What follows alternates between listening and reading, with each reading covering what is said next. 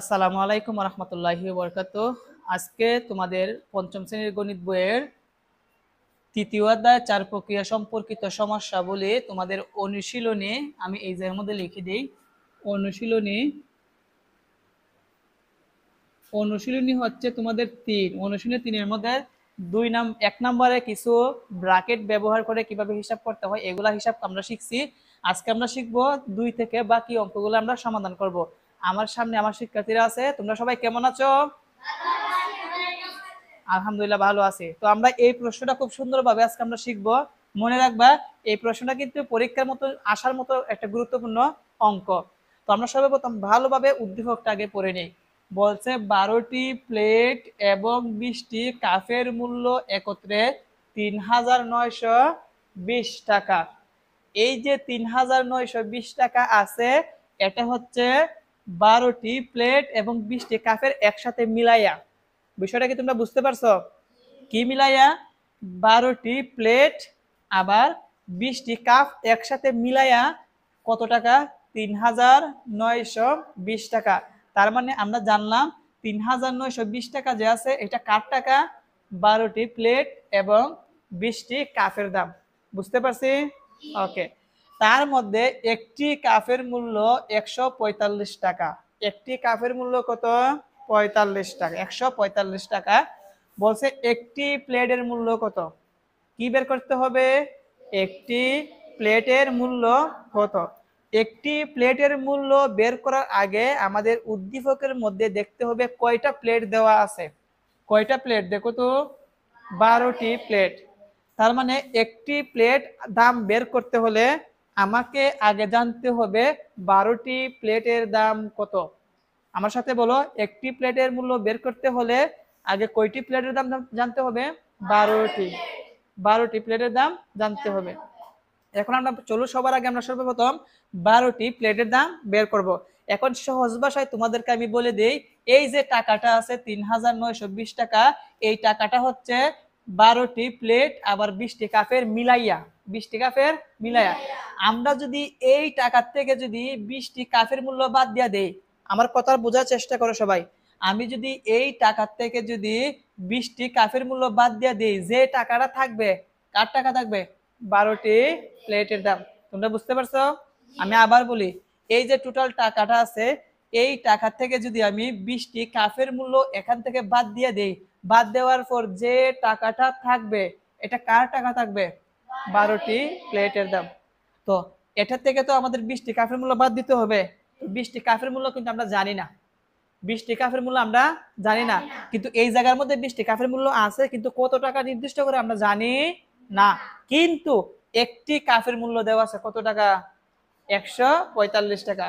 তো একটি কাপের মূল্য যেহেতু 145 টাকা দেওয়া আছে, আমরা কিন্তু 20টি কাপের মূল্য বার করতে পারবো। আমরা কিন্তু চতুর্থ শ্রেণীতে শিখছি যে একটির দাম দেওয়া থাকলে অনেকগুলা দাম বের করতে হলে কি করতে হয়? গুণ নাকি ভাগ? গুণ করতে হয়। কি করতে হয়? আজকে আবার শিখে নাও যে একটির দাম দেওয়া থাকলে দুই বা ততোধিক জিনিসের মূল্য বের করতে হলে কি করতে হয়? গুণ। কি করতে হয়? চলো আমরা 20টি কাপের মূল্য আগে বের করি। তো সমাধান, সবাই বুড়ির দিকে তাকাবো, অন্যদিকে তাকাবো না। সমাধান। তো আমরা প্রথমে লিখবো কয়টা কাপের মূল্য দেওয়া আছে? একটি কাপের মূল্য। তাহলে আমরা লিখবো একটি কাপের মূল্য।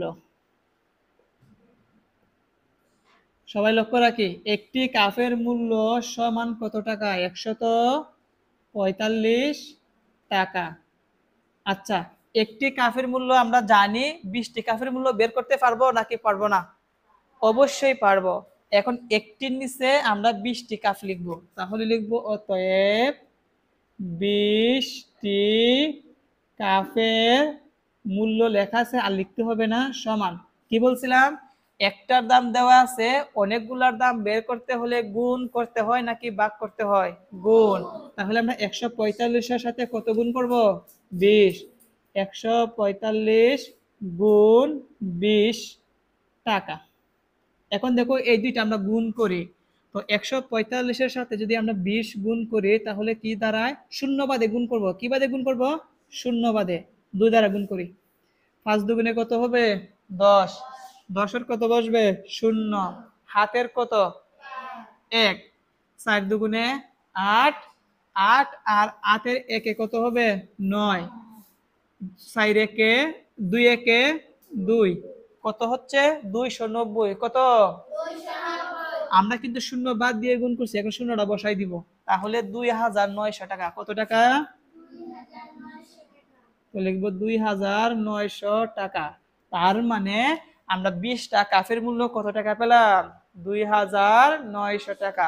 এখন এই যে মোট টাকাটা আছে, এই টাকার থেকে যদি আমি 20টি কাফের মূল্য 2900 টাকা বাদ দিয়ে দিই, যে টাকাটা থাকবে এটা কার টাকা থাকবে 12টি প্লেটের মূল্য। তো চলো আমরা 2900 টাকা এখান থেকে আমরা বাদ দিয়ে দিই। তার আগে আমরা লিখবো 12টি প্লেট এবং 20টি কাফের মোট মূল্য। কি লিখবো 12টি, সবাই বুড়ো দিকে তাকাইছো, লিখবো 12টি প্লেট, 12টি প্লেট যেভাবে লেখা আছে 12টি প্লেট এবং কি 20টি কাফের, 20টি কাফের মোট মূল্য বা মোট দাম, মোট মূল্য। আচ্ছা মোট মূল্য কত টাকা 3920 টাকা। এখন আমি বলছি এই যে টোটাল টাকাটা আছে, এই টাকাটা হচ্ছে 12টি প্লেট এবং 20টি কাফের মূল্য। এখান থেকে আমরা কি বাদ দিয়ে দিব 20টি কাফের মূল্য বাদ দিয়ে দিব।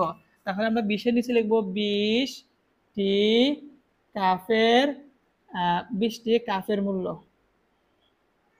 20টি কাফের মূল্য। আচ্ছা আমরা 20টি কাফের মূল্য জানি কত পেয়েছিলাম 2900, তাহলে আমরা লিখবো 2900 টাকা। এখন আমরা কি করব বিয়োগ করব, কি করব বিয়োগ করব। আমরা যদি এই টোটাল টাকার থেকে যদি 20টি কাফের মূল্য বাদ দিয়ে দেই, তাহলে এখানে কি থাকবে 12টি প্লেটের দাম। তাহলে আমরা বিয়োগ দিয়ে লিখবো 12টি প্লেটের মূল্য, 12টি প্লেটের মূল্য। লক্ষ্য রাখো আমরা বিয়োগ করি, 0 থেকে 0 বিয়োগ করলে কত হবে, উচ্চারণ করতে হবে, 0 থেকে 0 বিয়োগ করলে 0, 2 থেকে 0 বিয়োগ করলে 2, 9 থেকে 9 গেলে 0, 3 থেকে 2 গেলে 1। তার মানে কত টাকা আসলো 1020 টাকা। কত টাকা আসছে? এখন এই যে 1020 টাকা বের হয়েছে, এটা কি বের হয়েছে 12টি প্লেটের মূল্য। আর আমাদের কি বের করতে হবে একটি প্লেটের মূল্য। আজকে তোমরা একটা জিনিস শিখা নাও, একটি কাফের মূল্য ছিল, আমরা 20টা কাফের মূল্য বের করছি, কি করছি গুণ, কি করছি। আর এখন উল্টাটা, এখন কি উল্টাটা 12টি প্লেটের মূল্য আছে, আমরা একটা বের করব। এখন কি হবে গুণ নাকি ভাগ? জোরে কি হবে, আরো জোরে কি হবে, ভাগ করতে হবে। তার মানে একটার দাম বের করতে হলে কি করতে হবে ভাগ করতে হবে। সবাই শিখে নাও। তো আমরা লিখবো অতএব, লক্ষ্য রাখি, অতএব 12টির নিচে কয়টি লিখবো একটি, একটি প্লেটের, একটি প্লেটের মূল্য। দেখো 12টার দাম কত 1020, একটার দাম যেহেতু বের করব কি করতে হবে ভাগ, কত দিয়ে ভাগ করব, কয়টা প্লেট আছে এখানে 12টা, সেই জন্য 12 দিয়ে ভাগ করব।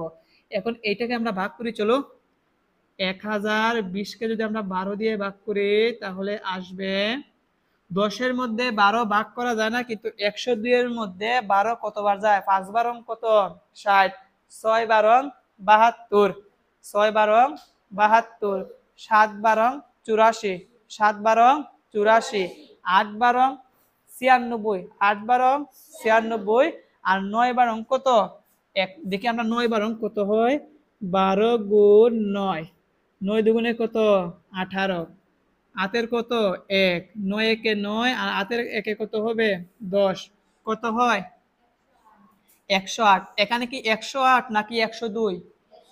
তার মানে 9 বার যাবে না, কয়বার যাবে 8 বার, কয়বার যাবে 8 বার। 8 বার দিলে কত হয় 8 বারং 96, 8 বারং 96, বিয়োগ করে এখান থেকে 110, এখান থেকে আবার 110, তাহলে 12, 12 থেকে 6 গেলে কত হবে 6, এখানে থাকবে 9, 9 থেকে 9 গেলে 0, আর এখানে কিছু নাই।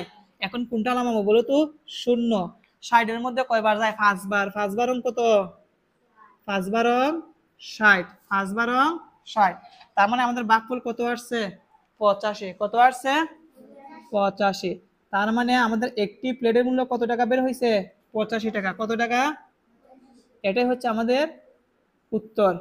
এটা হচ্ছে কি আমাদের উত্তর। সবাই কি বুঝতে পারছো? সবাই আবার একটু মনোযোগ দিয়ে দেখি। এখানে আমাদের বলছে একটি প্লেটের মূল্য বের করতে হবে। একটি প্লেটের মূল্য বের করার আগে দেখতে হবে কয়টা প্লেটের মূল্য লেখা আছে। কয়টা লেখা আছে? 12টা। তার মানে আমাকে আগে 12টি প্লেটের মূল্য বের করতে হবে। তো 12টি প্লেটের মূল্য আমরা কিভাবে বের করব? এই যে টোটাল টাকাটা আছে এটা কার কার? 12টি প্লেট আবার 20টি কাফের মূল্য। একটা কাফের মূল্য যদি 145 টাকা হয়, কাফ কয়টা? 20টা। তাহলে 20টার দাম বের করতে হলে কি করতে হবে? 20 দ্বারা গুণ করতে হবে। তো 20 দ্বারা গুণ করলে কত আসবে? 2900। এখন এই টোটাল টাকার থেকে যদি আমি 20টি কাফের মূল্য বাদ দিয়ে দেই, কি থাকবে? 12টি প্লেটের মূল্য। সেই জন্য আমরা এই লাইনটা লিখবো, 12টি প্লেট এবং 20টি কাফের মোট মূল্য 3920 টাকা। বাদ দিয়ে দিব 20টি কাফের মূল্য 2900। বাদ দিলে কি থাকবে? 12টি প্লেটের মূল্য। 12টি প্লেটের মূল্য কত আসছে? 1020। এখন 12টি প্লেটের মূল্য আছে, একটা বের করতে কি করতে হয়? ভাগ। কি করতে হয়? এই যে আমি লিখলাম একটি প্লেটের মূল্য 1020 ভাগ কয়টি? 12। ভাগ করলে কত আসবে? 85 টাকা। এটাই হচ্ছে আমাদের উত্তর। তো শিক্ষার্থীরা, আশা করি আজকের এই পর্বের মাধ্যমে তোমাদের এই অঙ্কটা তোমরা সুন্দরভাবে বুঝতে পেরেছো। পরবর্তী পর্বে 3 নম্বর অঙ্কটি সমাধান করাবো। আজকে এই পর্যন্তই।